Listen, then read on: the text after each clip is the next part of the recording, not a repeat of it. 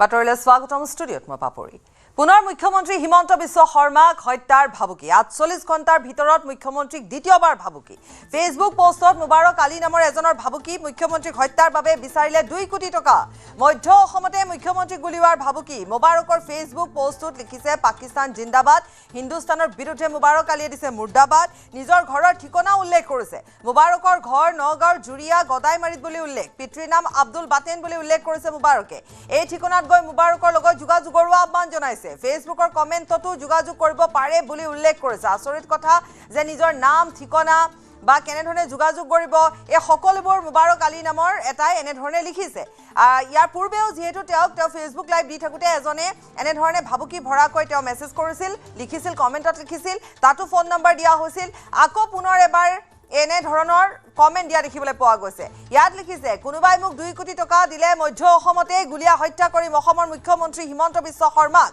মোৰ ঘৰ নগাঁও জুৰিয়াৰ গদাইমাৰীত এক্সক্লুসিভ খবৰ আৰু ইয়াত এড্ৰেছ পৰ্যন্ত দি দিছে মোৰ নাম মুবাৰক আলী মোৰ পিতৃৰ নাম আব্দুল বাটেন পাকিস্তান জিন্দাবাদ হিন্দুস্তান মুৰ্দাবাদ মোক ঘৰলৈ আহি যোগাযোগ কৰিব পাৰিব এনে ধৰণে লিখিছে সিধা আমাৰ ঘৰলৈ আহি যোগাযোগ কৰিব পাৰিব এনে ধৰণে ইয়াত লিখা হৈছে ৪৮ ঘণ্টাৰ ভিতৰত মুখ্যমন্ত্ৰীক দ্বিতীয়বাৰকৈ ভাবুকি দিয়া হৈছে মুখ্যমন্ত্ৰী হত্যাৰ বাবে ২ কোটি টকা বিচাৰিছে মুখ্যমন্ত্ৰীৰ ভাষ্য আগবঢ়াই ল'ব বিচাৰিছে আশীৰ্বাদ যাত্ৰাৰ সময়তো there was a warning, there was a intelligence warning from Delhi that there is a severe threat to my life. And in fact, at that point of time, IB has asked us to stop the Ashirvad Jatra, ki Ashirvad Jatra to koribo nalage. Tetiar kotha koisu. So, moi bhabu eto notun kotha nohoy. A particular people, kisuman manu mor upot santusto nohoy. So, obviously, I carried some kind of threat. But that's okay. Our police are capable of giving me security. So, I am not worried about that. আজিজনৰ নাম মুবাৰক আলী এনেকা উলাই থাকিব but our police is capable they will be able to give security so I am not worried নিৰুপল আছে নগাঁৱৰ পৰা পোনপটীয়াকৈ সংযুক্ত হৈ নিৰুপলৰ ওচৰলৈ যাম নিৰুপল আপোনাৰ ওচৰলৈ আহিছো এবাৰ জি টু বুলিয়ে কৈছো এনে ধৰণে লিখিছে ফেচবুকত কমেন্ট কৰিছে ২ কোটি টকা দিলে হত্যা কৰিব বুলি কৈছে অসমৰ মাননীয় মুখ্যমন্ত্ৰী গৰাকীক আৰু জুৰিয়াত ঘৰ ঠিকনা পৰ্যন্ত দিছে কি কথা কি বতৰা আৰক্ষী কিবা জনাইছে নেকি এই গুটেখিনি আপোনাৰ পৰা জানি নিশ্চয় নিশ্চয় পাপৰি জুৰিয়াত ঘৰ জুৰিয়াৰ যি গেদাইমাৰীত ঘৰ বুলি কৈছে মুবাৰক আলী নামৰ এই পাখণ্ডটোৰ কিন্তু ইয়াৰ যি ঘৰ জুৰিয়াত হ'লেও ই বৰ্তমান কেৰেলাত থাকে গতিকে মই পুনৰ কৈছো যে এই যিটো পাখণ্ডই বৰ্তমান ভাবুকি দিছে মুখ্যমন্ত্ৰীক হত্যাৰ ভাবুকি দিছে আৰু মই সম্পূৰ্ণ নিশ্চিত কাৰণ ইয়াৰ পূৰ্বে যদি আমি চাওঁ তেনেহ'লে আব্দুল মুতালিব নামৰ যিজন ব্যক্তিয়ে ভাবুকি দিছিলে ১ কোটি টকা দিলে হত্যা কৰিম বুলি কৈছিলে তেওঁ আৰক্ষীয়ে গ্ৰেপ্তাৰ কৰাৰ পিছতে তেওঁ ভাষ্য সলনি কৰিছে তেওঁ কৈছে যে এয়া চাইবাৰ ক্ৰাইম তেওঁৰ একাউণ্ট কোনোবাই ব্যৱহাৰ কৰি পেলাই তেওঁক বদনাম কৰাৰ চেষ্টা কৰিছে বুলি কৈছে কিন্তু এই যি কথাটো আজি এটা শব্দ লিখিছে যদি আপুনি চাই পাপৰি চিধা বুলি লিখিছে চিধাৰ সলনি চিধা লিখিছে মিয়া মুছলমান যিসকল যুৱক আছে তেওঁলোকে ধ শব্দটো উচ্চাৰণ কৰিব নোৱাৰে অধিকাংশই দ কয় ধটো ধৰ সলনি দ কয় অৰ্থাৎ বিধানসভাটো বিধানসভা কয় ধানটোক দান বুলি কয় গতিকে চিধাৰ সলনি চিধা বুলি কৈছে চিধা মোৰ ঘৰত আহি যোগাযোগ কৰিব বুলি কৈছে কিন্তু যি এই যিটো ব্যক্তিৰ কথা কোৱা হৈছে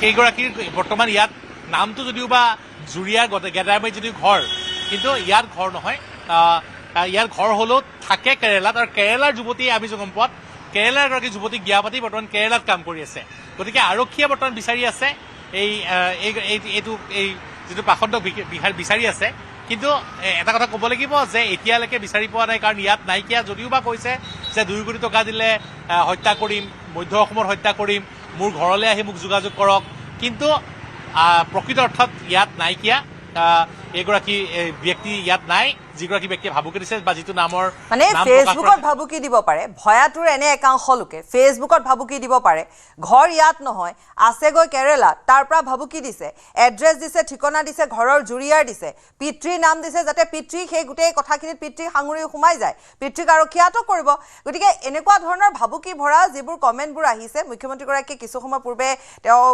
এটা কথা উল্লেখ কৰিছিলে যে এনেকুৱা বহুত কমেণ্ট আহে বহুতে এনেকুৱা ধৰণৰ ভাবুকি ভৰা মেছেজ কৰে কিন্তু তেওঁ এইবোৰলৈ ভয় কৰা নাই গতিকে এনেকুৱা ধৰণৰ কথাবিলাকে থাকে কেৰেলাত ঘৰৰ এড্ৰেছ দিছে ঠিকনা দিছে ইয়াৰ পিতৃৰ নাম দিছে কাইলৈ পিতৃক হয়তো আটক কৰিব আৰক্ষীয়ে নিশ্চয় নিশ্চয় পিতৃক আটক কৰিব বা তেওঁৰ পৰিয়ালৰ ওপৰত মুবাৰক আলীৰ সমগ্ৰ পৰিয়ালৰ ইতিমধ্যে আৰক্ষীয়ে বা IB সম্পূৰ্ণৰূপে এক্টিভ হৈ গৈছে আৰু সকলো দিশ চোৱা চিতা কৰি আছে কিন্তু ইয়াৰ পূৰ্বৰ যিগৰাকী ব্যক্তি আছিলে যে আব্দুল মুতালিব সেইগৰাকীয়ে সম্পূৰ্ণৰূপে অস্বীকাৰ কৰিছে এগৰাকী ঢিঙৰ ৰহস্যময় যুৱতীৰ কথা কৈছে যিগৰাকীয়ে এই ঘটনা কৰিছে বুলি কৈছে কিন্তু এইগৰাকী ব্যক্তি যিগৰাকীৰ নাম বৰ্তমান কোৱা হৈছে এইগৰাকী ব্যক্তি ইয়াত নাথাকে গতিকে কেৰেলাত থাকে কেৰেলাৰ পৰা আহি পেলাই বৰ্তমান ইয়াত মাহমুদে বা যি নাম কোৱা হৈছে মুবাৰক আলীয়ে কেৰেলাৰ এগৰাকী যুৱতীক বিয়া পাতিছে বুলি গম পোৱা গৈছে কেৰেলাত কাম কৰিবলৈ গৈছে যিহেতু কেৰেলাতে আছে গতিকে কেৰেলাৰ পৰা মুবাৰকক গ্ৰেপ্তাৰ কৰি অনাৰ পিছতে সকলো কথা গম পোৱা যাব কিন্তু এনেধৰণৰ যি ভাবুকি দিয়া হৈছে এনেধৰণৰ ভাবুকিয়ে কিন্তু ৰাইজক কিন্তু ক্ষুব্ধ কৰিছে কাৰণ বাৰে বাৰে আজি 48 ঘণ্টাৰ ভিতৰত দুবাৰকৈ ভাবুকি দিয়া হ'ল 15 আগষ্টৰ দিনা ভাবুকি তাৰপিছত আজি 17 আগষ্টত ভাবুকি আৰু আটাইতকৈ ডাঙৰ কথাটো হৈছে অপ্ৰিয় হলেও সত্য এটা বিশেষ সম্প্ৰদায়ৰ পৰাই ভাবুকি আহিছে গতিকে কথা বতৰা সময় ৰাইজক ক্ষুব্ধ কৰিছে এনেধৰণৰ কথা বতৰা কেতিয়াও গ্ৰহণযোগ্য নহয় ৰাজ্যৰ সৰ্বোচ্চ পদত থকা এগৰাকী ব্যক্তিক যদি ভাবুকি দিব পাৰে কেইটামান টকাৰ বিনিময়ত হত্যা কৰাৰ বাবে গতিকে এইসকলৰ মানসিকতা কেনে হ'ব পাৰে সেয়াও কিন্তু চিন্তনীয় ধন্যবাদ নিৰূপম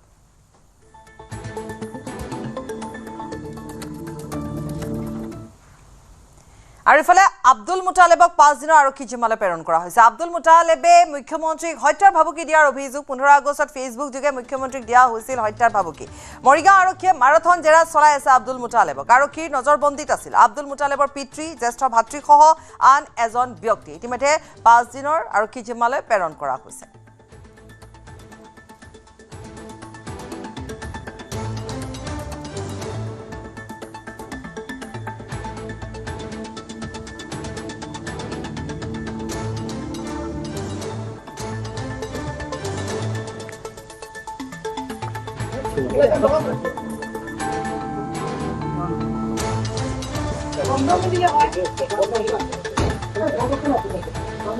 Pohila ito. Come on.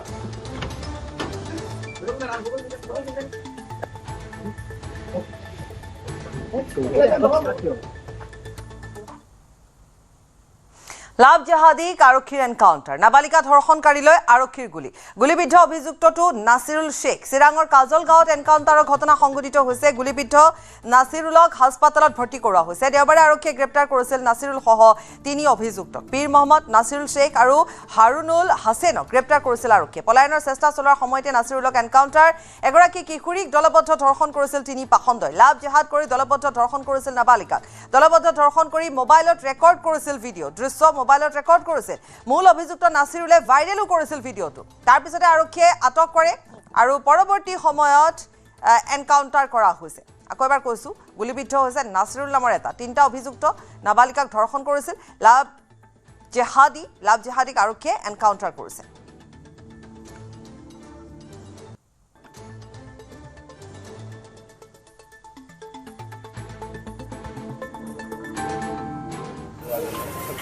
তেওঁলোকে মানে পেচেণ্টটো ৰাতিপুৱাই আহিছে তাৰমানে মোৰ আগৰ শিফ্টৰ যোন ডক্টৰ আছিলে তেওঁ ৰিচিভ কৰিছে পেচেণ্টটো আৰু ভৰিত তাৰমানে ৰাইট লেগত এনকাউণ্টাৰ হৈছে পেচেণ্টটো ঢকুৱা হৈছে আৰু গুলিটো তাৰমানে আৰ পাৰ হৈছে তাৰমানে সেইটো কৈছে আৰু এতিয়ালৈকে ইনভেষ্টিগেশ্যনখিনি হোৱা নাই আমাৰ ইয়াতে চেলাইন পাই আছে তেওঁ ইনভেষ্টিগেশ্যনটো হ'লে বাকীখিনি আমি গম পাম ৰোগীজনৰ নামটো হৈছে নাছিৰুল শেখ তো around 21 নেকি around 21 গুলিবিদ্ধ হৈছে বৰ্তমান তেখেতৰ অৱস্থা কেনেকুৱা আছে এতিয়ালৈকেতো ঠিকে আছে পেচেণ্ট তো এতিয়া মানে অলপ উজিং আছে ব্লাড মানে অলপ ওলাই আছে মোষ্ট প্ৰবেবলি তো এক্সৰে বা কিবা ইনভেষ্টিগেশ্যন কৰাৰ পিছত আমি বাকীখিনি গম পাম কেনেকুৱা একজেক্টলি চিৰাঙত পুৰৰ আৰক্ষীৰ বন্দুক গৰজি উঠা পৰিলক্ষিত হৈছে আৰু এগৰাকী নাবালিকা ছাত্ৰীক যৌন অতিশয্যা চলা দলবদ্ধ ধৰ্ষণ কৰাৰ অপৰাধত 3টাকৈ পাখণ্ড আটক কৰিছিলে আৰক্ষীয়ে আৰু নিশা দেখা গ'ল ইয়াৰে এজনক এনকাউণ্টাৰ কৰা পৰিলক্ষিত হৈছে আৰু যিজন এনকাউণ্টাৰ কৰিছে তেওঁৰ নাম নাজিৰুল শেখ, তেওঁৰ ঘৰ চিৰাঙৰ বৰতলাত। চাঞ্চল্য সৃষ্টি কৰিছে কিয়নো এটা ঘটনা সংঘটিত হৈছে 24 জুলাইত আৰু এগৰাকী জনজাতীয় সম্প্ৰদায়ৰ 10ম শ্ৰেণীৰ ছাত্ৰীক ফুচলাই লৈ অহা হৈছিলে আৰু ফুচলাই অনাৰ পিছত তেওঁৰ এটা ঘৰত দলবদ্ধভাৱে অপকৰ্ম সংঘটিত কৰিছিলে আৰু পৰৱৰ্তী সময়ত সেই সমগ্ৰ ঘটনা যেতিয়া তেওঁলোকে মোবাইলে ৰেকৰ্ডিং কৰি সেই আবদ্ধ কৰিছিলে আৰু পিছত সেইখিনি তেওঁলোকে সামাজিক মাধ্যমত এৰি দিছিলে আৰু যেতিয়া ঘটনাটো ৰাষ্ট্ৰ হৈ পৰিছিলে তেতিয়া পৰিয়ালৰ লোকে আৰক্ষীৰ কাষ চাপিছিলে আৰু 15 আগষ্টত যেতিয়া আৰক্ষীৰ তাতে এজাহাৰ দাখিল কৰিছিলে, এজাহাৰ দিয়াৰ পিছত আৰক্ষীয়ে তাৎক্ষণিকভাৱে ব্যৱস্থা গ্ৰহণ কৰে আৰু 3টাকৈ পাখণ্ডক আৰক্ষীয়ে কৰায়ত্ব কৰিবলৈ সক্ষম হৈছে। ইয়াৰে বৰতলাৰ নাজিৰুল শেখৰ উপৰি আছিলে ধুবুৰীৰ পীৰ মহম্মদ আৰু বঙাইগাঁও বৰপথাৰৰ হাৰুনুৰ হাছেন। এই 3টাক আটক কৰিবলৈ সক্ষম হৈছিলে। কিন্তু চাঞ্চল্যকৰ ঘটনা আমি আৰক্ষীৰ এক সূত্ৰৰ জৰিয়তে জানিব পাৰিছো নিশাৰ ভাগত যেতিয়া তেওঁলোকক তদন্তৰ কাৰণে ইয়াৰ পৰা লৈ গৈছিলে কিন্তু সেই সময়তে পলায়নৰ চেষ্টা কৰিছিলে নাছিৰুল শেখ আৰু নাছিৰুল শেখক তেতিয়া আৰক্ষী গুলিয়াবলৈ বাধ্য হৈছিলে আৰু নাছিৰুল শেখ বৰ্তমান কাজলগাঁৱত যিখন অসামৰিক চিকিৎসালয় আছে ইয়াতে চিকিৎসাধীন হৈ আছে।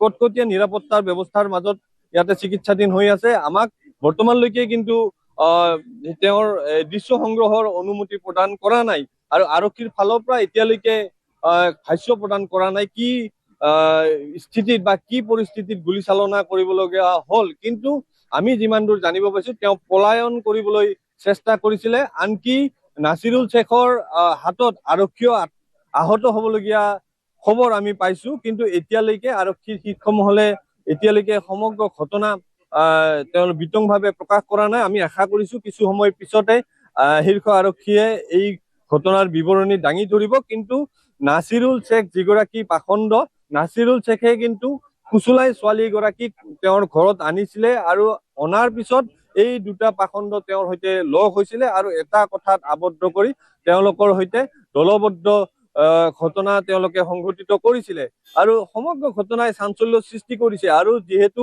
সমগ্ৰ কাণ্ডৰ মূল অভিযুক্ত হল নাছিৰুল শেখ আৰু নাছিৰুল শেখ ইতিমধ্যে আৰক্ষীৰ গুলিত গুলিবিদ্ধ হৈছে, তেওঁৰ ভৰিত গুলি লাগিছে, গতিকে তেওঁৰ চিকিৎসা চলি আছে। 3জন পাখণ্ডে প্ৰেমৰ চলনাৰে নাবালিকা ছোৱালী এজনক নিজৰ ৰুমত লৈ গৈ পেলাই 3জনে উপৰ্যুপৰি ধৰ্ষণ কৰে আৰু এই ধৰ্ষণ কাণ্ড এক জঘন্য ধৰ্ষণ কাণ্ড হিচাপে আমি বিবেচনা কৰিছোঁ। গতিকে এই ক্ষেত্ৰত চৰকাৰে কোনো ধৰণৰ কম্প্ৰমাইজ নকৰি পেলাই ধৰ্ষণকাৰীসকলক চৰমৰ পৰা চৰম পন্থা অৱলম্বন কৰি শাস্তি বিহিব লাগে। ইতিমধ্যে আমি গম পাইছোঁ যে এই 3জন ধৰ্ষণকাৰী এজন হ'ল নাছিৰুল হক, এজন হ'ল হাৰুনুৰ ইছলাম আৰু এজন আছে কিবা তেখেতৰ নামটো মই পাহৰিছোঁ, মীৰ মহম্মদ। গতিকে এই 3জনক চৰকাৰক আমি আহ্বান জনাইছোঁ যে অতি সোনকালে এনকাউণ্টাৰ কৰি পেলাই এই ছোৱালীজনীক ন্যায় প্ৰদান কৰিব লাগে, উপযুক্ত শাস্তি বিহিব লাগে, এনকাউণ্টাৰ কৰিব লাগে, ভৰিত নহয় চিধা চিধিকে এনকাউণ্টাৰ কৰিব লাগে। জামিন নাপালে জুবিন হত্যাত অভিযুক্ত শ্যামকানু মহন্তই 5 অক্টোবৰত উচ্চতম ন্যায়ালয়ত পুনৰ হ'ব শুনানি। মাজৰ সময়ছোৱাত নিম্ন আদালতৰ সাক্ষীসমূহ পৰ্যালোচনাৰ নিৰ্দেশ। 29 মেত গুৱাহাটী উচ্চ ন্যায়ালয়ে নাকচ কৰিছিল শ্যামকানু মহন্তৰ জামিন। পুনৰবাৰ এইখিনিতে উল্লেখ কৰিছোঁ আজিৰ দিনটোৰ আন এটা গুৰুত্বপূৰ্ণ খবৰ, শ্যামকানু মহন্তই জামিন নাপালে। জুবিন হত্যাত অভিযুক্ত শ্যামকানু মহন্তই জামিন নাপালে। 5 অক্টোবৰত উচ্চতম ন্যায়ালয়ত পুনৰ শুনানি হ'ব। মাজৰ সময়ছোৱাত নিম্ন আদালতৰ সাক্ষীসমূহ পৰ্যালোচনাৰ নিৰ্দেশ। 29 মেত গুৱাহাটী উচ্চ ন্যায়ালয়ে নাকচ কৰিছিল শ্যামকানু মহন্তৰ জামিন।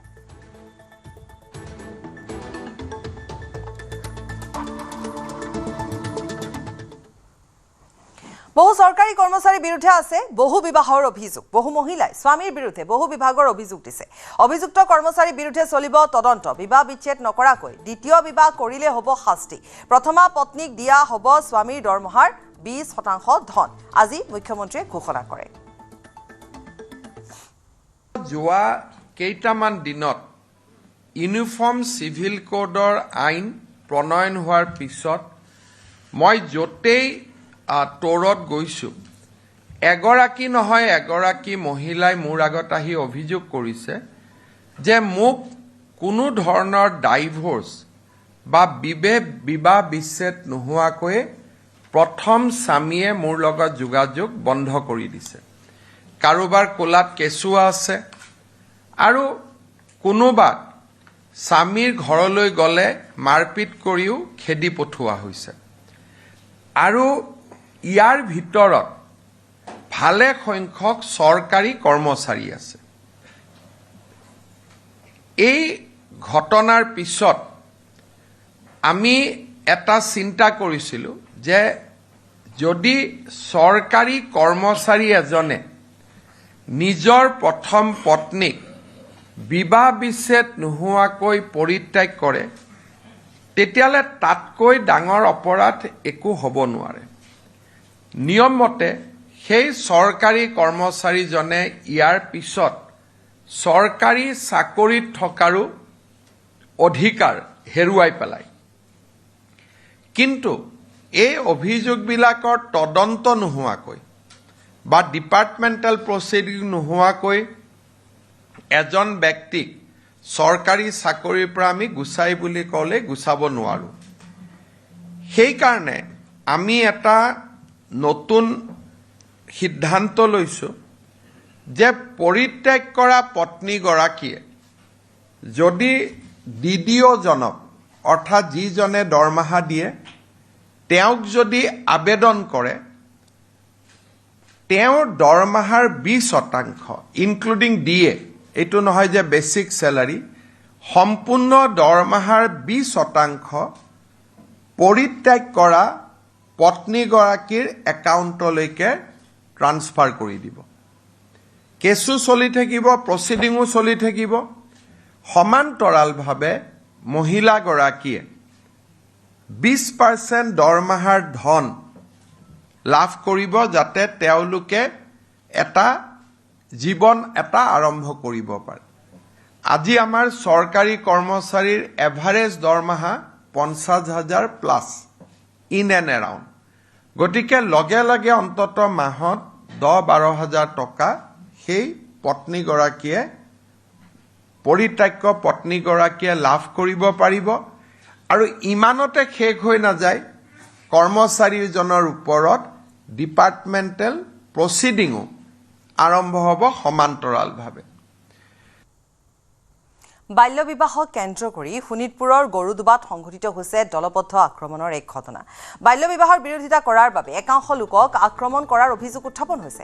দেওবাৰে তেজপুৰৰ গুটলুং ভিতৰখুটিৰ পৰা আত্মীয়ৰ ঘৰলৈ ফুৰিবলৈ যোৱা লোকক গৰুদুবা ভেঞ্চিমাৰীত দলবদ্ধভাৱে আক্ৰমণ কৰে একাংশই। আক্ৰমণৰ বলি লোককেইজনে তেজপুৰ সদৰ থানাত উপস্থিত হৈ এজাহাৰ দাখিল কৰে। কিছুদিন পূৰ্বে গুটলুং ভিতৰখুটিৰ এগৰাকী 15 বছৰীয়া কন্যাৰ বাল্য বিবাহ সম্পন্ন হৈছিল। 9ম শ্ৰেণীত অধ্যয়নৰত কিশোৰীগৰাকীৰ গৰুদুবাৰ ভেঞ্চিমাৰী ৰাহুল আমিন নামৰ যুৱকে বিয়া কৰাইছিল। এই বাল্য বিবাহ অনুষ্ঠিত হোৱাৰ সময়ত গুটলুং ভিতৰখুটিৰ একাংশ লোকে বিৰোধিতাও কৰিছিল। ইয়াকে লৈ কিশোৰীগৰাকীৰ অভিভাৱক আৰু বিবাহ কৰোৱা ৰাহুল আমিনৰ পৰিয়াল ক্ষুব্ধ হৈছিল। দেওবাৰে বাল্য বিবাহৰ বিৰোধিতা কৰা লোককেইজন আত্মীয়ৰ ঘৰলৈ অহা প্ৰত্যক্ষ কৰাৰ পিছত ৰাহুল আমিন, পিতৃ মতিউৰ ৰহমান, মাতৃ জহুৰা বেগম আৰু ভাতৃ ৰাজেশ আমিনে দলবদ্ধভাৱে আক্ৰমণ চলোৱাৰ অভিযোগ উত্থাপিত হৈছে। পিছত আক্ৰমণৰ পৰা পলাই আহি ভুক্তভোগীসকলে তেজপুৰ সদৰ থানাত এজাহাৰ দাখিল কৰে। স্বাধীনতা দিৱসৰ দিনা বাল্য বিবাহ বিৰোধী অভিযান পুনৰ আৰম্ভ কৰাৰ ঘোষণা মুখ্যমন্ত্ৰীয়ে কৰাৰ পাছতে বাল্য বিবাহক কেন্দ্ৰ কৰি আক্ৰমণৰ এই ঘটনা সংঘটিত হৈছে। ভুক্তভোগীসকলে বাল্য বিবাহৰ বিৰুদ্ধে চৰকাৰৰ কঠোৰ স্থিতিক আদৰণি জনাই ঘটনা সন্দৰ্ভত আৰক্ষী প্ৰশাসনক কঠোৰ ব্যৱস্থা গ্ৰহণৰ দাবী জনাইছে। এইটো বাল্য বিবাহ কৰিছে, 14 বছৰৰ ছোৱালীক সিহঁতে বিয়া দি দিছে, সিহঁতে মাননি কেছ দিব বুলি কৈ আছে, সিহঁতে বাল্য বিবাহ কৰাইছে। সেইটো কাৰণে আমি প্ৰতিবাদ কৰিছো, কাৰণে সিহঁতে বাল্য বিবাহ কৰিব বুলি। এইটো কাৰণে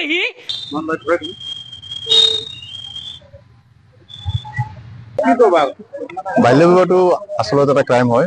আমাৰ গাঁৱত এনেকুৱা এটা দুৰ্ঘটনা হৈছে, যিহেতু আমি প্ৰতিবাদ কৰিছিলো। সেই প্ৰতিবাদ কৰাৰ কাৰণে আমাৰ মাজত এটা ক্লেছ হৈছিলে। সেই ক্লেছটো মাজতে হৈ যোৱাৰ পিছত আজি আমাৰ ফেমিলি মেম্বাৰ্ছ তাতে, যিহেতু সিহঁতৰ নিজৰ ছোৱালী এজনী আছে ঠেলামাৰা ভেঞ্চিমাৰীত, তো তাতে ভাগিনী হৈছে, চাবলৈ গৈছিলে। চাবলৈ যোৱাতে ইহঁতক ল'ৰা মানুহে মতা মানুহে আক্ৰমণ কৰিছে। আক্ৰমণ কৰি ডিঙিৰ চেইন ৰাখি দিছে ঠেলামাৰা ভেঞ্চিমাৰীত। ৰাহুল আমিন, মতিউৰ ৰহমান, জহুৰা বেগম আৰু কেইবা ধৰণৰ লোক তাতে গাঁও বাসিন্দা লৈ কিনে আক্ৰমণ কৰিছে। ৰাহুল আমিনজন ল'ৰা হয় আৰু তাৰ বাপেকৰ নাম মতিউৰ ৰহমান আৰু মাকজনীৰ নাম হয় জোহৰা বেগম। গোটেইখিনি মানুহ বেঞ্চিমাৰী গাঁৱৰ আমি গোটেইখিনি ভিতৰগুটি তেজপুৰ। আমি ইয়াৰ পৰা আমাৰ ছোৱালীৰ ভনী এজনী তাতে বিয়া দিছো, তো ভাগিন হৈছে যিহেতু, তো ভাগিনক চাবলৈ গৈছিল সিহঁতে চবে। তো তাতে যোৱাতে সিহঁতে এনেকুৱাকে আক্ৰমণ কৰিছে আৰু আক্ৰমণ কৰাটো মূল কাৰণ হৈছে আমি ইয়াতে বাল্য বিবাহখন প্ৰটেষ্ট কৰিছিলো। আমি ইয়াৰ এগেইনষ্টত আছিলো, যিহেতু এটা বাল্য বিবাহ এটা বহুত ডাঙৰ ক্ৰাইম হয়। সেইটো অসম চৰকাৰে বস্তুটো ভালকে চাই আছে আৰু এইটো বেন কৰিছে সম্পূৰ্ণ।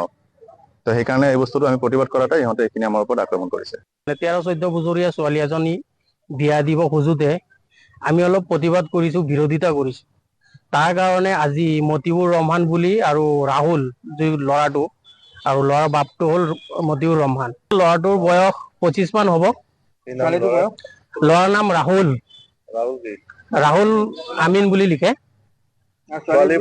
ছোৱালীৰ বয়স অনুমানিক 14-15 বছৰ হ'ব। তাতে আমি বিৰোধিতা কৰাৰ কাৰণে আজি আমাক আক্ৰমণৰ বলি।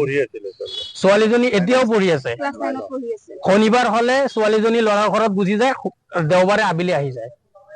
আৰু এনেই গোটেই সপ্তাহ স্কুল কৰে। কিছুমান দিন আগতে স্কুল কম গৈছিলে, ল'ৰাৰ ঘৰতে আছিলে বেছি। এতিয়া আমি প্ৰতিবাদ কৰা যেতিয়াৰ পৰা আৰম্ভ কৰিছো, তেতিয়াৰ পৰা কি কৰে, শনিবাৰে আবেলি যায়, দেওবাৰে আবেলি ছোৱালীটো ল'ৰাৰ ঘৰৰ পৰা আহি যায়।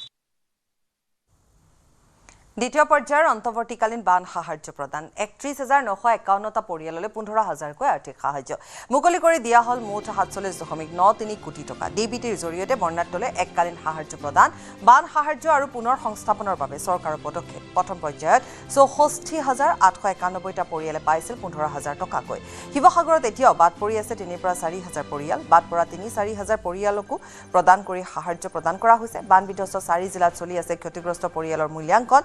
সম্পূৰ্ণ হৈছে 75% ক্ষতিগ্ৰস্ত পৰিয়ালৰ মূল্যাংকন। আজি আমাৰ ৰাজ্য চৰকাৰৰ ৰাজহ আৰু পুনৰ সংস্থাপন বিভাগে চৰাইদেউ, শিৱসাগৰ, যোৰহাট আৰু গোলাঘাট জিলাৰ 31,991টা পৰিয়াললৈ 15,000 টকাৰ এককালীন সাহায্য ৰাশি প্ৰদান কৰিছে। ইয়াৰ পূৰ্বেও ৰাজ্যৰ ৰাজহ আৰু পুনৰ সংস্থাপন বিভাগে শিৱসাগৰ, চৰাইদেউ, যোৰহাট আৰু গোলাঘাট জিলাৰ 64,891টা পৰিয়াললৈ এই ৰাজ সাহায্য বা এই 15,000 টকাৰ এককালীন যিটো সাহায্য তাক আগবঢ়াইছিল। এই পৰ্যন্ত সৰ্বমুঠ 95,000 লোকে বা পৰিয়ালে লগত কেইখনমান থাকিব 96,842 96,842টা পৰিয়ালে এই ধনৰাশি 15,000 টকাৰ ধনৰাশি লাভ কৰিছে। ৰাজ্য চৰকাৰে এই এককালীন সাহায্যৰ বাবদ এই পৰ্যন্ত 146.26 কোটি টকা ব্যয় কৰিছে। এই 15,000 টকাৰ আৰ্থিক অনুদানৰ প্ৰক্ৰিয়া প্ৰায় শেষ হৈছে যদিও শিৱসাগৰ বিধানসভা সমষ্টিৰ 3,000 লোকৰ এক তালিকাৰ অনুসন্ধান চলি আছে। হয়তো তৃতীয় পৰ্যায়তো আমি আৰু 3-4 হাজাৰ পৰিয়ালক এই আৰ্থিক সাহায্য আগবঢ়াব লাগিব। সেয়েহ'লে আমি 15,000 টকাকৈ আৰ্থিক সহায় আগবঢ়োৱা পৰিয়ালৰ সংখ্যা প্ৰায় 1 লাখলৈ বৃদ্ধি হ'ব। 4 জিলাৰ বৰ্ণাঢ্যৰ বৰ্তমান নগদ ধনৰ প্ৰয়োজন। নিজৰ ঘৰখনলৈ উভতিলেই লাগিব নগদ ধন। অৰুণোদয় পৰিয়ালক আগবঢ়োৱা হৈছে 2,500 টকা। 15,000 টকাৰ আগতে দিয়া হৈছে এই ধন। 4 জিলাত ৰেপিড ডেমেজ এছেছমেণ্ট চলি আছে। আজিৰ মুহূৰ্তত শিৱসাগৰ চৰাইদেউ যোৰহাট গোলাঘাটৰ বানাক্ৰান্ত পৰিয়ালক আটাইতকৈ যদি প্ৰয়োজন আছে সেই প্ৰয়োজন আছে নগদ ধনৰ কাৰণ বানপানীৰ পিছত নিজ ঘৰলৈ উভতি যাবলৈ তেওঁলোকক নগদ ধনৰ আটাইতকৈ বেছি প্ৰয়োজন আছে সেইবাবে আমি এই 15,000 টকাৰ আগতে 2,500 টকা অৰুণোদয় পৰিয়ালসমূহলৈকেও আগবঢ়াইছিলোঁ আৰু বৰ্তমান ক্ষতিগ্ৰস্ত পৰিয়ালক সম্পূৰ্ণ সহায় কৰাৰ বাবে ৰেপিড ডেমেজ এছেছমেণ্টৰ কামো আমাৰ এই চাৰিওখন জিলাত পূৰ্ণ গতিত চলি আছে আপোনালোকে জানি ভাল পাব যে 1,144 গৰাকী শিক্ষক শিক্ষয়িত্ৰীয়ে এই ৰেপিড ডেমেজ এছেছমেণ্টত চৰকাৰক সহায় কৰিছে আৰু এই মুহূৰ্তলৈকে 26,681টা ডেমেজ হাউচ তেওঁলোকে আপলোড কৰিছে 18,887টা damage cattle shed 41,000 handloom related ৰ মেটেৰিয়েলছ আৰু ঘৰচীয়া জীৱ জন্তু 5,98,691টাৰ জৰীপ তেওঁলোকে সম্পূৰ্ণ কৰিছে ইয়াৰ উপৰিও কৃষি আৰু ফিচাৰীৰ জৰীপো সমান্তৰালভাৱে চলি আছে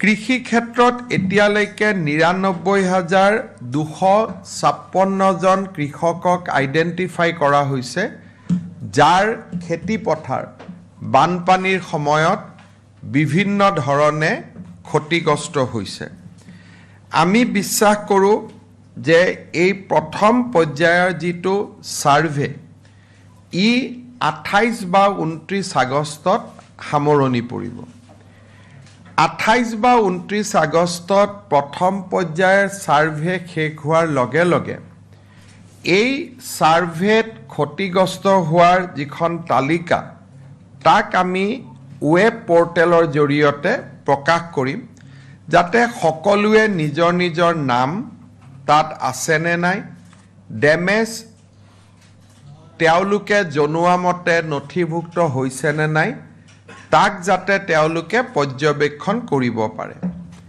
স্বাভাৱিকতে প্ৰথম পৰ্যায়ৰ সাৰ্ভে শেষ হোৱাৰ পিছত ৰাইজৰ অভিযোগ থাকিব যে মোৰ নাম অহা নাই বা মই বিচৰা ধৰণে মোৰ নথিভুক্ত হোৱা নাই এই অভাৱ অভিযোগবিলাক দূৰ কৰিবৰ বাবে আমি 1 ছেপ্টেম্বৰ বা 2 ছেপ্টেম্বৰৰ পৰা দ্বিতীয় লানি জৰীপ আৰম্ভ কৰিম অৰ্থাৎ ৰাইজৰ যদি ৱেব পৰ্টেলটো চোৱাৰ পিছত ৰাইজৰ যদি অভাৱ অভিযোগ থাকে ৰাইজে কতো অভাৱ অভিযোগ দিব আহিব নালাগে প্ৰত্যেক চুবুৰীলৈ এই জৰীপকৰ্তাসকল আকৌ দ্বিতীয়বাৰলৈ যাব দ্বিতীয়বাৰৰ জৰীপ আমি 10 বা 11 ছেপ্টেম্বৰত আমি শেষ কৰিম চূড়ান্ত তালিকা আমি 15 বা 16 ছেপ্টেম্বৰত আমি আপলোড কৰিম আৰু তাৰ পিছতো যদি ৰাইজৰ অভিযোগ থাকে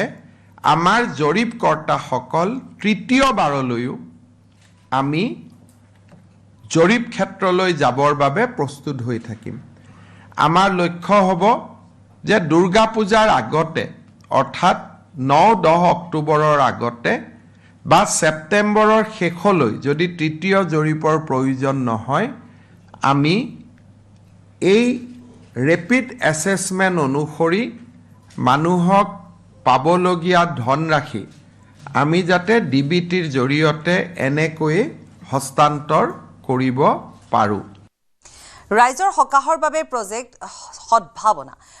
সদ্ভাৱনাৰ অধীনত নিষ্পত্তি কৰা হ'ব অনিষ্পত্তিযুক্ত ফাইল নথি বৰ্তমান সচিবালয়ত পেণ্ডিং হৈ আছে 3 লাখ ফাইল সঞ্চালকালয় ডিসি কাৰ্যালয়তো ফাইল পেণ্ডিং হৈ আছে 2 অক্টোবৰৰ পৰা 31 জানুৱাৰীলৈ চলিব প্ৰজেক্ট সদ্ভাৱনা ৰাইজে পৰ্টেল যোগে দিব পাৰিব তথ্য 21জনকৈ অতিৰিক্ত সচিবক দিয়া হৈছে 10টাকৈ বিভাগ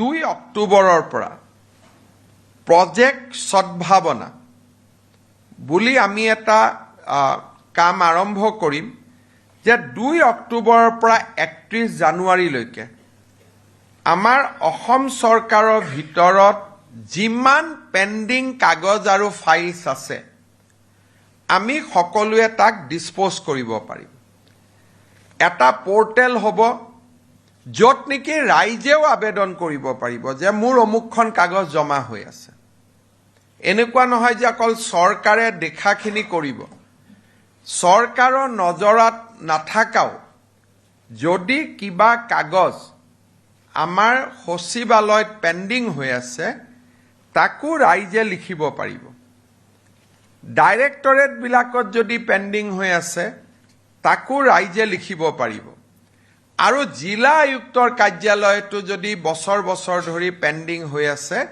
তাক ৰাইজে লিখিব পাৰিব ইয়াৰ আগতে আমি কিছুমান বিধিগত ব্যৱস্থা ল'ব লাগিব মাটিৰ কাম পৰি আছে SDLSC বনাব লাগিব তাৰ মিটিং কৰিব লাগিব কোনোবা নিয়মৰ কাৰণে কামটো কৰিব পৰা নাই কেবিনেটে নিয়ম সংশোধন কৰিব লাগিব এটা ডাঙৰ কৰ্মযোগ্য এটা আমি ৰূপায়ণ কৰিব লাগিব 2021 চনত এই কামটো আমি হাতত লৈছিলো তেতিয়া ফাইল বিলাক মেনুৱেল আছিল আৰু আমি যিমান পাৰো ফাইল বিলাক শেষ কৰিছিলো আৰু আপোনালোকে দেখা পাই যে সেক্ৰেটাৰিয়েটত তেতিয়াৰ পৰা মানুহ অহাৰ সংখ্যাটো দ্ৰুত গতিত কমি গৈছিল কিন্তু মেনুৱেল থকা বাবে আমি বহুত কথা ধৰিব পৰা নাছিলো কাৰণ কোনোবা এখন কাগজ যদি ফাইলৰ তলত আছে তাক গম পোৱা নাযায় ফাইলৰ ভিতৰত যদি 4খন কাগজ বন্ধ হৈ আছে তাক গম পোৱা নাযায়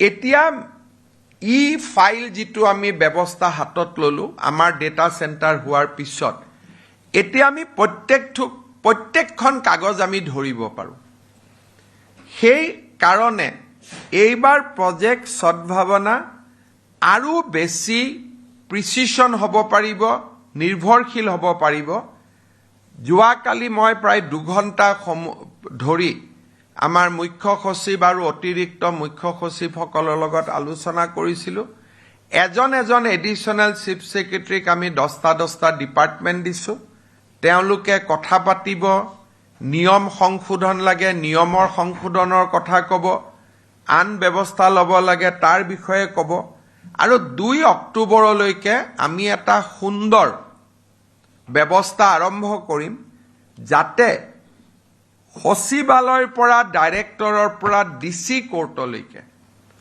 আমাৰ কাগজ পত্ৰসমূহ নোহোৱা হৈ যায় যুৱ সমাজৰ কল্যাণৰ বাবে নতুন বিভাগ মুকলি হ'ব যুৱ কল্যাণ আৰু সবলীকৰণ বিভাগ নতুন বিভাগটোৰ অধীনত আহিব যুৱ আয়োগ বিভাগটোত অন্তৰ্ভুক্ত হ'ব NCC নিয়োগ আৰু দক্ষতা 17 ছেপ্টেম্বৰত মুকলি কৰা হ'ব নতুন বিভাগটো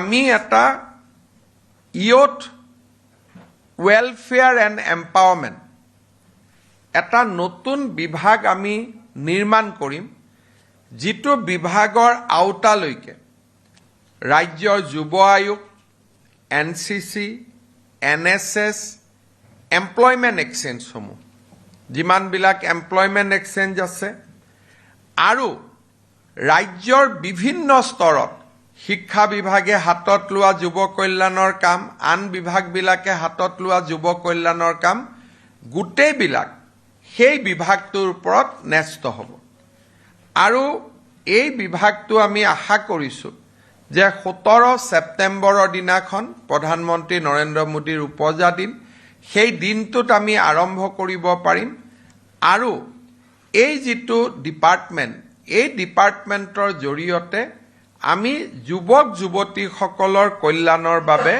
আমি নিৰন্তৰ কাৰ্যসূচী আমি গ্ৰহণ কৰিব পাৰিম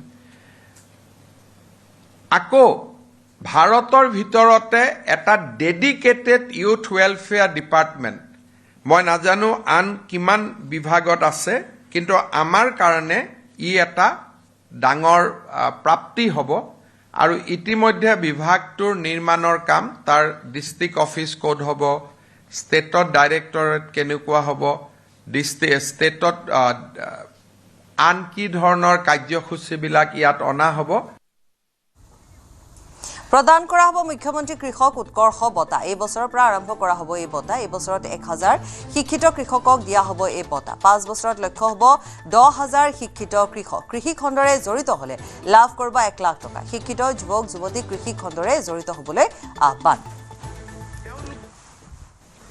এই বছৰৰ পৰা আমি মুখ্যমন্ত্ৰীৰ কৃষক উৎকৰ্ষ বঁটা এটা দিব খুজিছোঁ, য'ত নেকি শিক্ষিত নিবনুৱা যুৱক যুৱতীয়ে যদি কৃষি খণ্ডত আহি কাম কৰিছে তেওঁলোকক আমি 1 লাখ টকা আৰু কৃষি বিভাগৰ চৰকাৰী আঁচনিসমূহৰ সৈতে জড়িত কৰিম। অকল মাত্ৰ টকা দিয়াই নহয়, টকাটোৰ লগতে কৃষি বিভাগৰ আন আঁচনিবিলাকৰ সৈতে আমি জড়িত কৰিম। 5 বছৰত আমি 10,000 শিক্ষিত নিবনুৱা যুৱক যুৱতীক এই উৎকৰ্ষ বঁটাৰ অধীনলৈ আনিব খুজিছোঁ। এই বছৰ আমি 1000 আমি কৃষকক এই বঁটাৰে শিক্ষিত নিবনুৱা যুৱক যুৱতী যোনে কৃষকৰ বা খেতিৰ কাম হাতত লৈছে তেওঁলোকক আমি এই বঁটাৰে সন্মানিত কৰাৰ বাবে চেষ্টা কৰিম। বাতৰিত সময় হৈছে চমু বাণিজ্যিক বিৰতি।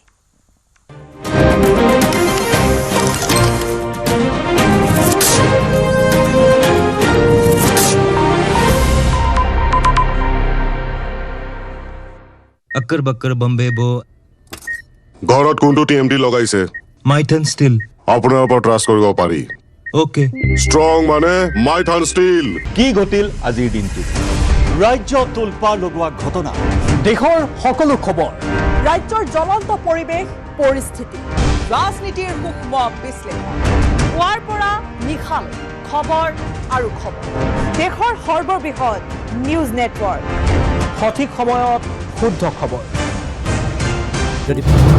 এয়া নিউজ 18 নেটৱৰ্ক। আপুনি চাই আছে নিউজ 18 অসম নৰ্থ ইষ্ট, সঠিক সময়ত শুদ্ধ খবৰ। বিহাৰত এটা অঘটন। বিহাৰৰ লক্ষীসৰাইত পদপিষ্ট হৈ ভক্তৰ মৃত্যু ঘটিছে। এটা মন্দিৰত অশোক ধামত পদপিষ্ট হৈ 7জন ভক্তৰ মৃত্যুৰ ঘটনা, লগতে আহত হৈছে কেইবাগৰাকীও। প্ৰায় 12 গৰাকী ভক্ত গুৰুতৰভাৱে আহত হৈছে। আঘাতপ্ৰাপ্ত ভক্তসকলক ততাতৈয়াকৈ চিকিৎসালয়লৈ লৈ যোৱা হৈছে, তেওঁলোকক হাস্পতালত ভৰ্তি কৰোৱা হৈছে।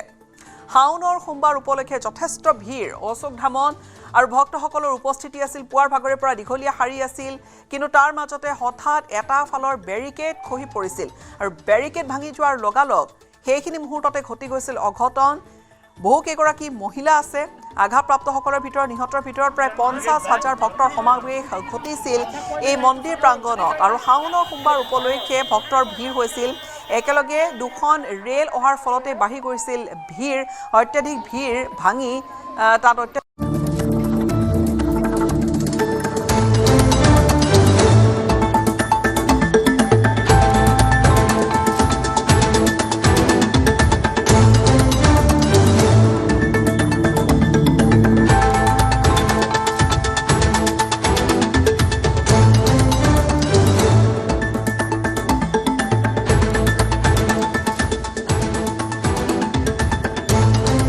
अक्कर बक्कर बम्बे बो ঘৰত কোনটো টিএমটি লগাইছে?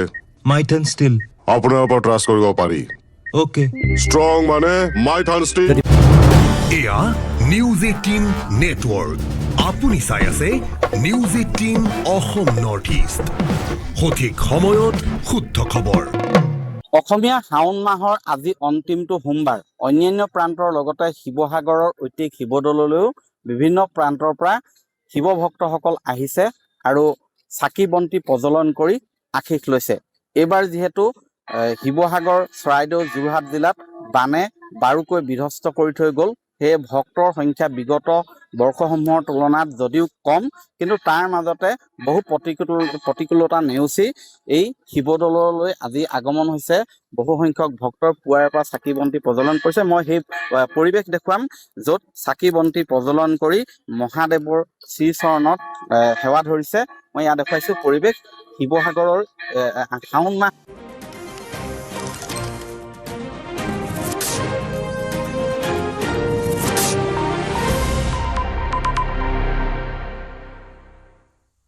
পুৱতিনিশা মৰাপাট বেপাৰীক মাৰপিট কৰি লুটপাট। বন্দুকধাৰী ডকাইতে লুটি নিলে মৰাপাট বেপাৰীক। 4জনীয়া অস্ত্ৰধাৰী ডকাইতে চলালে লুটপাট। ধুবুৰী ফকীৰগঞ্জত চাঞ্চল্যকৰ ডকাইতি কাণ্ড। ডকাইতৰ আক্ৰমণৰ বলি মৰাপাট বেপাৰী বেল্লাল হুছেইন। 2 পুত্ৰৰ সৈতে মৰাপাট ক্ৰয় কৰিবলৈ যোৱাৰ সময়তে বেল্লালক লুটপাট। চিঞৰ বাখৰ কৰাত ঘটনাস্থলীত উপস্থিত হয় স্থানীয় ৰাইজ। ৰাইজৰ তৎপৰতাত এটা ডকাইতক আটক কৰা হৈছে। ঘটনাস্থলীত উদ্ধাৰ হৈছে এটা কাৰ্বাইন, বাইক আৰু মোবাইল ফোন। 2খন বাইকত আহিছিল 4জনীয়া দুৰ্বৃত্তৰ দল। সেনাৰ পোছাক পৰিধান কৰি আহিছিল ডকাইতৰ দলটোৱে। ডকাইতৰ দলটোত হাতত আছিল কাৰ্বাইন।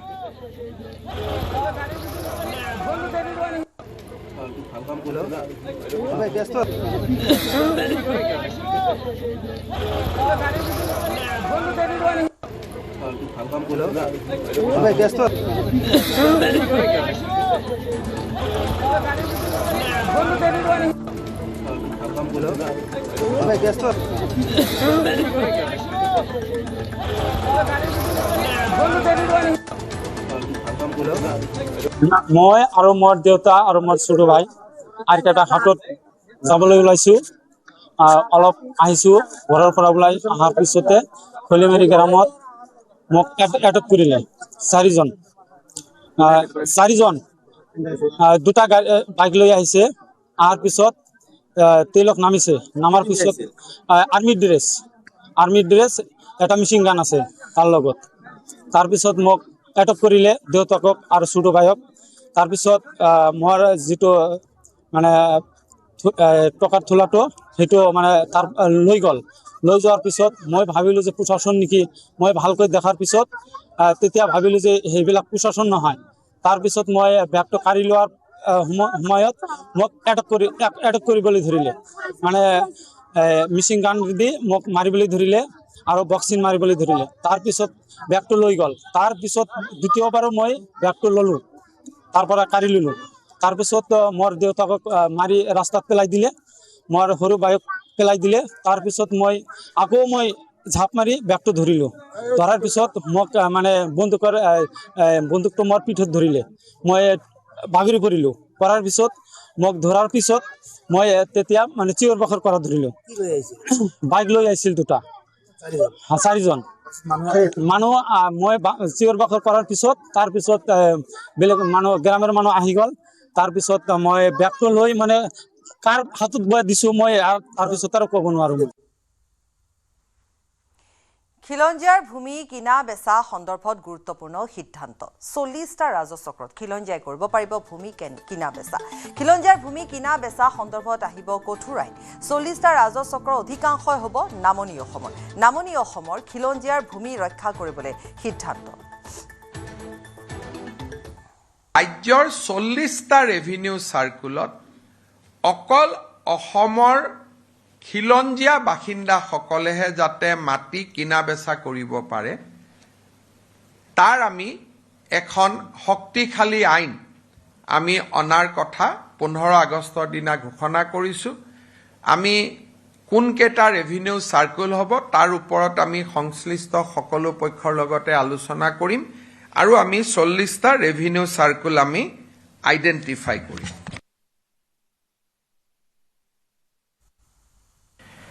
অসমৰ জনজাতীয় লোকসকলৰ নিজৰ নিজৰ ভাষা সংস্কৃতি আছে আৰু বড়ো, মিচিং বা ৰাভাসকলৰ ওপৰত অসমীয়া ভাষা মাতৃভাষা বুলি জাপি দিয়াটো কেতিয়াও আমি তাক উচিত বুলি নাভাবোঁ। কাৰণ অসমীয়া যেনেকৈ আমাৰ কৃষ্টি সংস্কৃতি, ঠিক তেনেকৈ বড়ো, মিচিং, ৰাভা, এই গোটেই কাৰ্বি, ডিমাচা এই ভাষাবিলাকো আমাৰ জাতীয় জীৱনৰ সম্পদ। ইউনেস্কোই সদায় কৈ আহিছে যে কোনো ভাষা আমি বিলুপ্ত হ'ব দিব নোৱাৰোঁ, কাৰণ এইবিলাক আমাৰ অসমৰ বহুৰঙী সভ্যতা সংস্কৃতিৰ একোটা কীৰ্তিমান। কিন্তু এই সকলক বাদ দি বিভিন্ন সময়ত আমাৰ ৰাজ্যখনলৈ বিভিন্ন লোকৰ প্ৰব্ৰজন হৈছে। কোনোবা ৰাজস্থানৰ পৰা আহিছে, কোনোবা বিহাৰৰ পৰা আহিছে, কোনোবা ছত্তীশগড়, কোনোবা ঝাৰখণ্ড, বিভিন্ন সময়ত বিভিন্ন লোক অসমলৈ আহিছে আৰু অসমত তেওঁলোকে শ বছৰ ধৰি, এটলিষ্ট শ বছৰ নহ'লেও দশক ধৰি তেওঁলোকে নিগাজিকৈ বাস কৰিছে। কোনোবাই পশ্চিমবংগৰ পৰা আহিছে, কোনোবাই অবিভক্ত চিলেটৰ পৰা আহিছিলে, কোনোবাই ৰাজস্থানৰ পৰা আহিছে, কোনোবাই বিহাৰৰ পৰা আহিছে। মই ভাবোঁ যে আগন্তুক লোকপিয়লে এই জাতিসত্তাসমূহক অসমৰ সামগ্ৰিক পৰিচয়ৰ সৈতে জিন যোৱাৰ এক অপূৰ্ব সুযোগ আনি দিছে। যে আমি যদি অসম মাতৃক আমাৰ নিজৰ মা বুলি ভাবোঁ, স্বাভাৱিকভাৱে অসমীয়া ভাষাও আমাৰ মাতৃভাষা।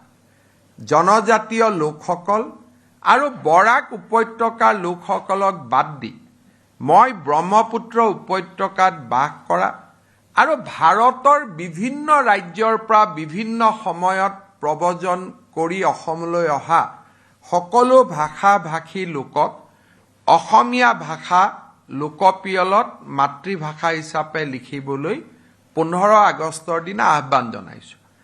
অসমীয়া ভাষাৰ ভৱিষ্যতক লৈ এই কথা মই কোৱা নাই, কাৰণ ভাষা যিমানে কয় এজনেও ক'লেও এটা ভাষা জীয়াই থাকে। ইয়াত সংখ্যাৰে ভাষাৰ গুৰুত্ব কোনেও কম আৰু বেছি কৰিব নোৱাৰি। অসমীয়া মাতৃভাষা কিমান তাতকৈ গুৰুত্বপূৰ্ণ, অসমীয়া আমাৰ লিংক লেংগুৱেজ। বড়ো আৰু মই যেতিয়া কথা পাতিম অসমীয়া ভাষাত কথা পাতিম, মিচিং আৰু মই যেতিয়া কথা পাতিম অসমীয়া ভাষাত কথা পাতিম, ৰাভা আৰু মই যেতিয়া কথা পাতিম অসমীয়া ভাষাত কথা পাতিম। সেইকাৰণে অসমীয়া ভাষাৰ ভৱিষ্যতক লৈ মই সন্দেহহীন নহয় যে কোনোবাই আমাৰ ভাষাটোক লৈ ব্লেকমেইল কৰিব পাৰে, সেইটো পৰিৱেশ নহয়। কিন্তু এই সেন্সাছে বা এই লোকপিয়লে নতুনকৈ এটা বৃহত্তৰ জাতিসত্তা নিৰ্মাণৰ সুযোগ আনি দিছে। সেইবাবে মই অসমত বাস কৰা ভাৰতৰ বিভিন্ন ৰাজ্যৰ পৰা অসমলৈ অহা ব্ৰহ্মপুত্ৰ উপত্যকাৰ প্ৰতিগৰাকী লোকক অসমীয়া ভাষাক নিজৰ মাতৃভাষা হিচাপে ক'বৰ বাবে অনুৰোধ কৰিছোঁ। আৰু ভাৰতীয় জনতা পাৰ্টি, বিজেপি বা আমাৰ বিধায়কসকলে লোকপিয়লৰ সময়ত নিজ নিজ সমষ্টিত এই দিশত কামো কৰিব আৰু ৰাইজক জাগ্ৰত কৰিব। কিন্তু this will be a voluntary exercise. ইয়াত কোনো গালি গালাজ দাদাগিৰি নহয়, ই মাত্ৰ এটা আমাৰ হাম্বল এক্সাৰচাইজ হ'ব, যাতে আমি বৃহত্তৰ জাতিসত্তা এটা নিৰ্মাণ কৰিব পাৰোঁ। সোনিয়া গান্ধী ৰাহুল গান্ধীৰ বিৰুদ্ধে বাক্যবান, বন্দে মাতৰমক অপমান কৰা প্ৰসঙ্গক লৈ বাক্যবান। সোনিয়া গান্ধী ৰাহুল গান্ধী দেশ বিৰোধী কাম কৰি আছে। মূলতে কংগ্ৰেছ শাসনলৈ আহিলে দেশৰ কি অৱস্থা হ'ব? জেএনজিৰ প্ৰতিবাদৰ নামতো দেশক বিৰোধিতা কৰিছে। তেওঁলোকে এতিয়া সদায় ধৰ্ণা আন্দোলন কৰিবলৈ কৈ থাকে।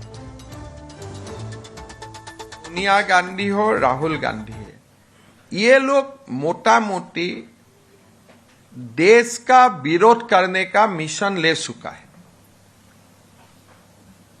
जेएनजी नाम में लोगों को आंदोलन करने के लिए उत्साह देने का साथ साथ पूरा देश को माहौल बिगाड़ने का ये लोग संकल्प लेके रखा है। सोनिया गांधी जी ने जो व्यवहार किया वंदे मातरम को लेके, इससे एक बात तो पूरा दिखाई देते हैं कि अगर भारत में कभी गलती से कांग्रेस आया तो भारत का हालत क्या होने वाला है। इससे मैं कोई ज्यादा परेशानी भी नहीं हूं, इसलिए ये लोग खुल्लम खुल्ला देश विरोधी काम कर ही रहा है और खुल्लम खुल्ला देश का लोगों को बोल रहा है कि आप आंदोलन करो, धरना करो, एनआरकी लाओ। ये तो हर दिन बोल ही रहा है। और वंदे मातरम को रुकवाने के लिए उनका जो प्रयास हुए दोनों माँ बेटा का, इससे यही दर्शाता है कि कांग्रेस देश का शासन में आने में अगर आते हैं गलती से हमारा देश का क्या हालत होने वाला है। दिमागी नक्साल নহয় চিদাম্বৰমক খাটি নক্সাল বুলি মন্তব্য কৰিলে মুখ্যমন্ত্ৰীয়ে খাটি নক্সাল হয় বাবে দিমাগী নক্সাল বুলি কৈছে কংগ্ৰেছে মাওবাদী বন্ধ কৰাৰ ব্যৱস্থা নললে কংগ্ৰেছৰ বিৰুদ্ধে মুখ্যমন্ত্ৰী বাক্যবাদ चिदम्बरम देश का गृह मंत्री थे उस समय आपको याद होगा वीसी शुक्ला सहित कांग्रेस का बड़े बड़े नेताओं को छत्तीसगढ़ में बम से उड़ाया गया था लेकिन फिर भी कांग्रेस ने नक्सल को खत्म करने का कोई व्यवस्था नहीं लिया। तो मैं तो आह्वान करता हूं जब चिदम्बरम ने खुद बोला मैं दिमागी नक्सल हूं तो उसमें एक इंक्वायरी भी साथ में होना चाहिए कि चिदम्बरम क्या जानबूझ के नक्सल का खिलाफ व्यवस्था नहीं ले रहा था अब जब वो होम मिनिस्टर थे। मेरा लगता है चिदम्बरम दिमागी नक्सल नहीं है उससे भी ऊपर वाला नक्सल है वो खुद ही नक्सल है देश में एनार्की लाने वाला वो भी एक पूरा प्योर नक्सल है दिमागी नक्सल उसमें नहीं अप्लाई होगा वो प्योर नक्सल कैटेगरी में आएगा। বোকাখাট কাজিৰঙালৈ ইকো সেন্সিটিভ জোন যোৱাটো অসম্ভৱ কাজিৰঙাক ৰক্ষা কৰে কাজিৰঙা ৰাইজে মুখ্যমন্ত্ৰীয়ে এই কথা উল্লেখ কৰিলে কাজিৰঙা ৰাইজক উলিয়াই দিলে কাজিৰঙা ক'ত থাকিব বোকাখাট কাজিৰঙা ৰাইজে সৰ্বোচ্চ ন্যায়ালয়ত গোচৰ দি থৈছে কেৱল মুখ্যমন্ত্ৰীয়ে কোৱা বুলি বিৰোধিতা কৰি লাভ নাই। সুপ্ৰিম কোৰ্ট কংগ্ৰেছে একো নাজানে বোকাখাট আৰু কলিয়াবৰলৈকে যদি ইকো সেন্সিটিভ জোনটো যায় তাৰ মানুহবিলাকে কেনেকে চলিব এটোতো বোকাখাটৰ স্থানীয় ৰাইজে সুপ্ৰিম কোৰ্টত কেছ দি থৈছে কলিয়াবৰৰ স্থানীয় ৰাইজেতো সুপ্ৰিম কোৰ্টত কেছ দি থৈছে যোনে একো নাজানে তেওঁলোকে কাজিৰঙাক ৰক্ষা কৰে কাজিৰঙাৰ ৰাইজে যদি ৰাইজক কাজিৰঙাৰ পৰা আপুনি উলিয়াই দিয়ে তেতিয়ালে কাজিৰঙাখন ক'ত থাকিব আজি এটো মূৰ কথা নহয় কলিয়াবৰ আৰু বোকাখাটৰ স্থানীয় ৰাইজে সুপ্ৰিম কোৰ্টত কেছ দি থৈছে এটোতো আপোনালোকে কিমান লিখিছে তাৰ মিছিং সমাজখনে সদায় আন্দোলন কৰি আছে কাজিৰঙাৰ স্থানীয় ৰাইজে এইটো লৈতো অখিল গগৈ কিমান আন্দোলন কৰি আছে আজি মোৰ মুখেদি ওলোৱা কাৰণে ভাবিলে মই কিবা এটা নতুন কাম কৰিব গৈ আছো যোৱা 10 বছৰৰ পৰা কাজিৰঙাৰ কাখৰ সমাজখনে আন্দোলন কৰিয়ে আছে যে আমাক ব্যৱসায় কৰাৰ সুযোগ দিয়ক আমাক জিআই থকাৰ সুযোগ দিয়ক আমাক খেদি দিলে কেনেকে কাজিৰঙাখন বাচিব এইটোতো কোনো নতুন কথা নহয় আজি আপোনালোকে বিশ্বনাথ চাৰিআলিৰ সিডুল কাষ্ট মানুহখিনিয়ে সদায় আন্দোলন কৰি আছে যে আমাক ঘাটত মাছ মাৰিব দিয়ক এইটোতো কোনো নতুন কথা নহয় মই কোৱাৰ কাৰণে মানুহে কংগ্ৰেছে নিজৰো ষ্টেটমেন্ট আছে কংগ্ৰেছৰ আজি যদি 10 কিলোমিটাৰ ইকো সেন্সিটিভ জোন থাকে নুমলীগড়টোখন দেখোন বন্ধ কৰি দিব লাগিব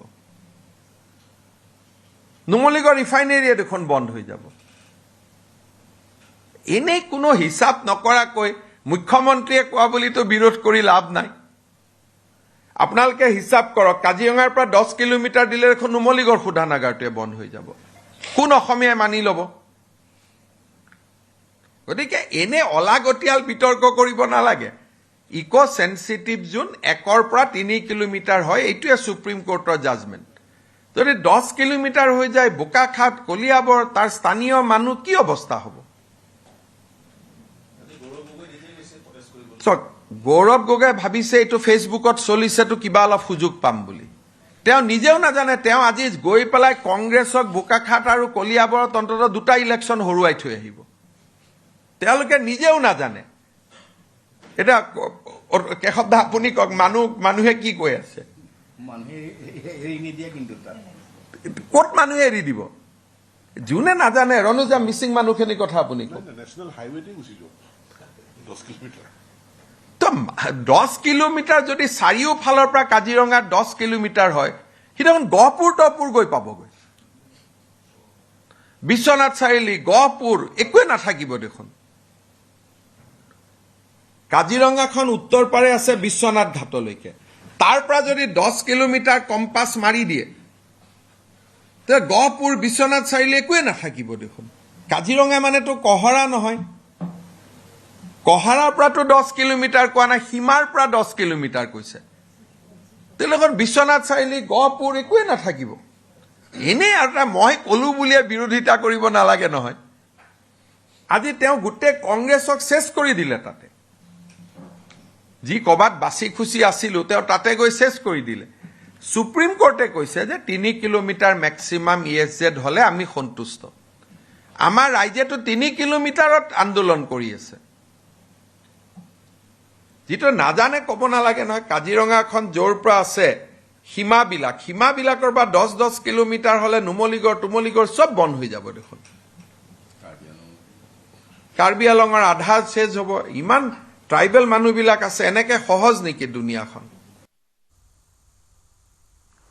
নিশাৰ মহানগৰীত পিষ্টলধাৰী যুৱকৰ সন্ত্ৰাস হাতত পিষ্টল আৰু লাঠি লৈ নিশা সন্ত্ৰাস চলালে উদণ্ড যুৱকৰ দলে দক্ষিণ গাঁৱৰ লণ্ডন ব্ৰিজৰ সমীপত সংঘটিত হৈছিল ভয়ংকৰ মাৰপিটৰ ঘটনা নিজকে ভিডিপি পাৰ্টিৰ বুলি চিনাকি দি পিষ্টলধাৰী 5জনীয়া উদণ্ড যুৱকৰ দলে 2 যুৱকক মাৰপিট কৰাৰ লগতে ধন দাবী কৰাৰো অভিযোগ প্ৰথমে 500 টকা আৰু পৰৱৰ্তী সময়ত 10,000 টকা ধন দাবী কৰাৰ অভিযোগ অস্ত্ৰধাৰী যুৱকৰ দলটোৰ মাৰপিটত আহত হৈছে 2 যুৱক মাৰপিট কৰাৰ লগতে পিষ্টল টুৱাই ভাবুকি দিয়াৰো অভিযোগ ভুক্তভোগী হাতীগাঁও আৰক্ষীৰ সৈতে সুসম্পৰ্ক আছে বুলি কৈ নিজকে ভিডিপি পাৰ্টিৰ বুলি চিনাকি দিছিল অস্ত্ৰধাৰী যুৱকৰ দলটোৱে এই ভয়ংকৰ ঘটনাৰ পাছতে নিশা হাতীগাঁও থানা ঘেৰাও কৰি উদণ্ড যুৱকক কৰায়ত্ব কৰাৰ দাবীত ভুক্তভোগীৰ লগতে একাংশই প্ৰতিবাদ সাব্যস্ত কৰে লগতে ঘটনা সন্দৰ্ভত ভুক্তভোগীয়ে হাতীগাঁও থানাত দাখিল কৰিছে এজাহাৰ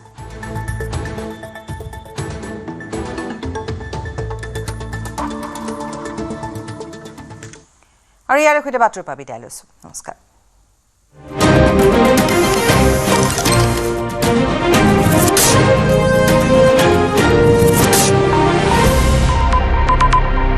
अक्कर बक्कर बम्बे बो ঘৰত কোনটো টিএমটি লগাইছে माइथन स्टिल আপোনাৰ ওপৰত ট্ৰাষ্ট কৰিব পাৰি ओके ষ্ট্ৰং মানে মাইথান এয়া নিউজ 18 নেটৱৰ্ক আপুনি চাই আছে নিউজ 18 অসম নৰ্থ ইষ্ট সঠিক সময়ত শুদ্ধ খবৰ পুৱতিনিশা মৰাপাট বেপাৰীক মাৰপিট কৰি লুটপাটৰ ঘটনা বন্দুকধাৰী ডকাইতে লুটি নিলে মৰাপাট বেপাৰীক 4জনীয়া অস্ত্ৰধাৰী ডকাইতে চলালে লুটপাট আৰু ধুবুৰীৰ ফকীৰগঞ্জৰ ঘটনা ফকীৰগঞ্জত চাঞ্চল্যকৰ ডকাইতি কাণ্ড আৰু ডকাইতৰ হাতত অস্ত্ৰ আছিল ডকাইতৰ আক্ৰমণৰ বলি হৈছে মৰাপাট ব্যৱসায়ী বেলাল হুছেইন আৰু 2 পুত্ৰৰ সৈতে মৰাপাট ক্ৰয় কৰিবলৈ যোৱাৰ সময়তে বেলাল হুছেইনক টাৰ্গেট কৰা হ'ল সিংহৰ বাখৰ কৰাত স্থানীয় লোক ওলাই আহে ঘটনাস্থলীত উপস্থিত হয় স্থানীয় লোক আৰু ৰাইজৰ তৎপৰতাত এটা ডকাইতক আটক কৰে ৰাইজে পিছত আৰক্ষীক সমজাই দিয়ে আৰক্ষী ইতিমধ্যে ঘটনাস্থলীত উপস্থিত হৈ তদন্ত আৰম্ভ কৰিছে পুৱাৰ ঘটনা আজি প্ৰায় 5:30 মান বজাৰ ঘটনা ঘটনাস্থলীত উদ্ধাৰ কৰা হৈছে এটা কাৰ্বাইন লগতে বাইক আৰু মোবাইল ফোন